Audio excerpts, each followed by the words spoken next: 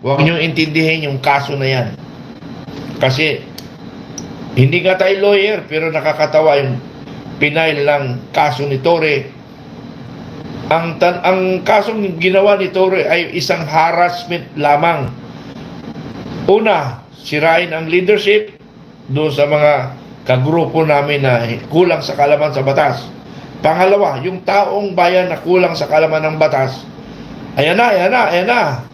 Kinasuhan na si General Dado. Pero kami, natatawa lang kami.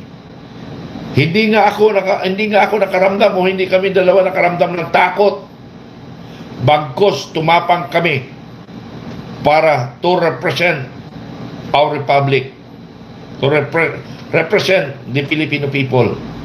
Lalo kaming tumapang dahil alam namin wala nang inaasahan ng sambayan ng Pilipino tatayo laban sa tiwaling namumuno sa gobyerno kung hindi ang Filipino Guerrilla Forces.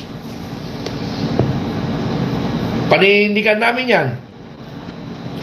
Paninindigan namin yan, mga kaibigan. Kami ni Supremo, pinag-aaralan namin paano ang solusyon sa ating bansang Pilipinas.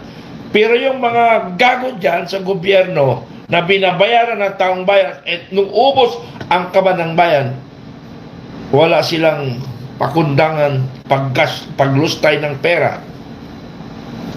Yung nangyaring nakarang rally, 10 billion pesos na ginamit dyan sa rally.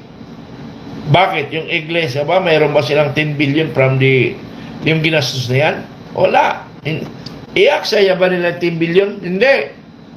So Marcos pa rin ang kumilos para sa peace rally na yan. Para iparating nila sa sambayan ng Pilipino na ang nagkondukto ng peace rally ay para sa kapayapaan ng bansang Pilipinas. Pwede ba magkasundo yung grabing ginawa nila kay Inday Sara? Napakatanga naman ang ating Vice President. Kung tatanggapin niya ang challenge na magkasundo, gago kayo. Ano akala nyo? Kayo lang yung nag-iisip?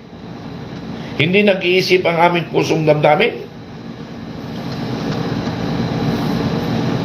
Mga kababayan ko, ano ang inyong reaksyon sa nangyari ngayon at yung pagkandak nila ng harassment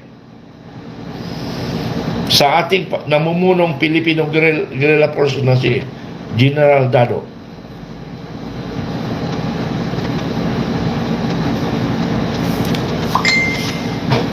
So, nakakalungkot. Pero anyway, huwag kayong mag-alala. Ang kailangan lang namin inyong suporta.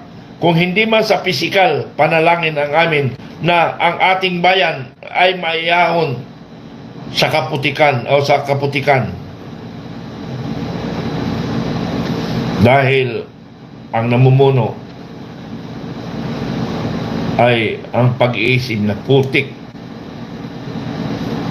ang kanilang utak. Sarili nila ang pinapriority nila bago ang bayan. So dapat hindi sila pumasok ng politika. Okay, yun lang muna gusto namin parating sa inyo. General Torre, sinabi ko nga sa inyo kahapon na sinimulan mo ang gulo, magtatapos tayo sa gulo kung nais ninyo. Pero kung nais ninyong mapayapang pag-uusap at paglisan ng ating bangag na presidente dyan sa Malacanang, kasi ang taong bayan ay hindi titigil katulad ng nangyari sa kanyang ama. Hindi tumigil ang sambayanang Pilipino hanggat hindi napatasik ang kanyang ama. Ganun rin ang gagawin ng taong bayan.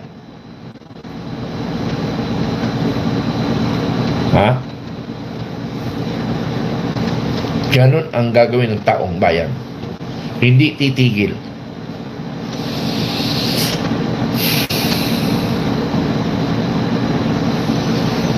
Mabuti na lang at nanindigan kami para sa taong bayan. Kaya taong bayan, isipin ninyo at sabihin ninyo kung ano ang mali naming ginagawa. Sabihin nyo kung anong maling ginagawa namin. We will only express our sentiment regarding sa nangyari sa ating bansa. Kami ay representative. We only represent our kababayan. Ano ang kanilang mga hinanaing? Kami ay tagapagsalita lamang.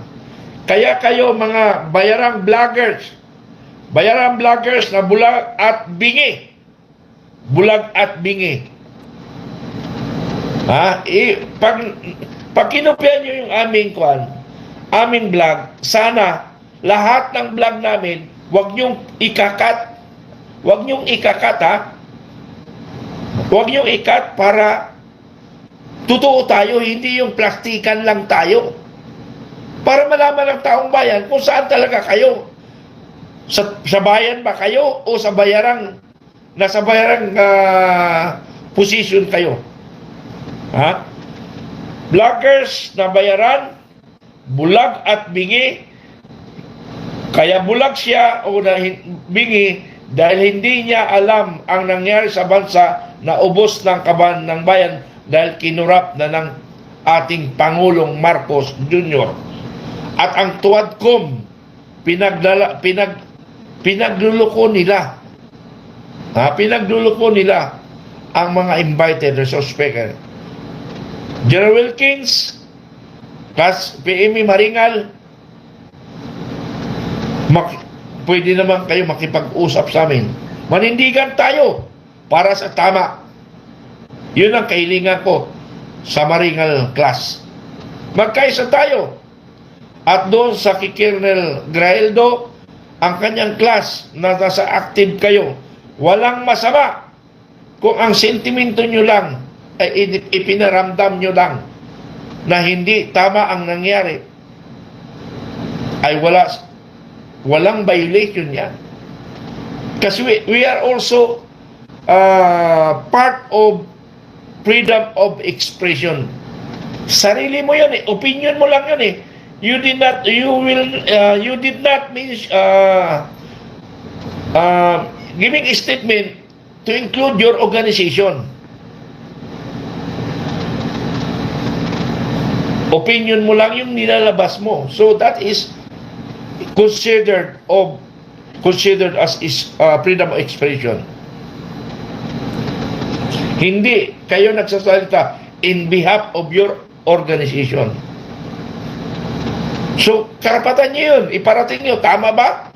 Tama ba yung invited si Graeldo at ay tukutim nila dahil ayaw niya ayaw sa gusto mangyari ng mga huwadkom?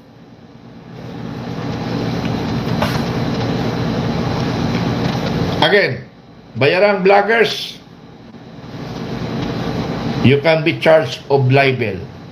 Magkaiba ang politician, magkaiba yung nasa gobyerno at individual person na sinisiraan nyo si Supremo na sinasabi nung gagang babae na yan at other vloggers na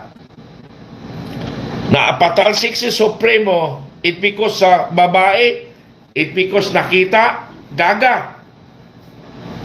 Umalis sa serbisyo si Supremo dahil hindi niya nakakayanan ang sistema sa Armed Forces of the Philippines. Ayaw niya maging matawag siya na subversibo or rebelde. Rebelde ang pag-iisip. Pero yun ay para lang hindi siya lalabas na kontrabida. Ninais niya na lang umalis sa serbisyo. Hindi niya kaya ang sistema. Tapos sasabihin ng gaga na ito na kulang sa research o talagang binabaliktad niya lang kaisipan ng taong bayan. Malinis na umalis si Supremo sa IEP bagkos hindi siya pinapayagang paalisin ni General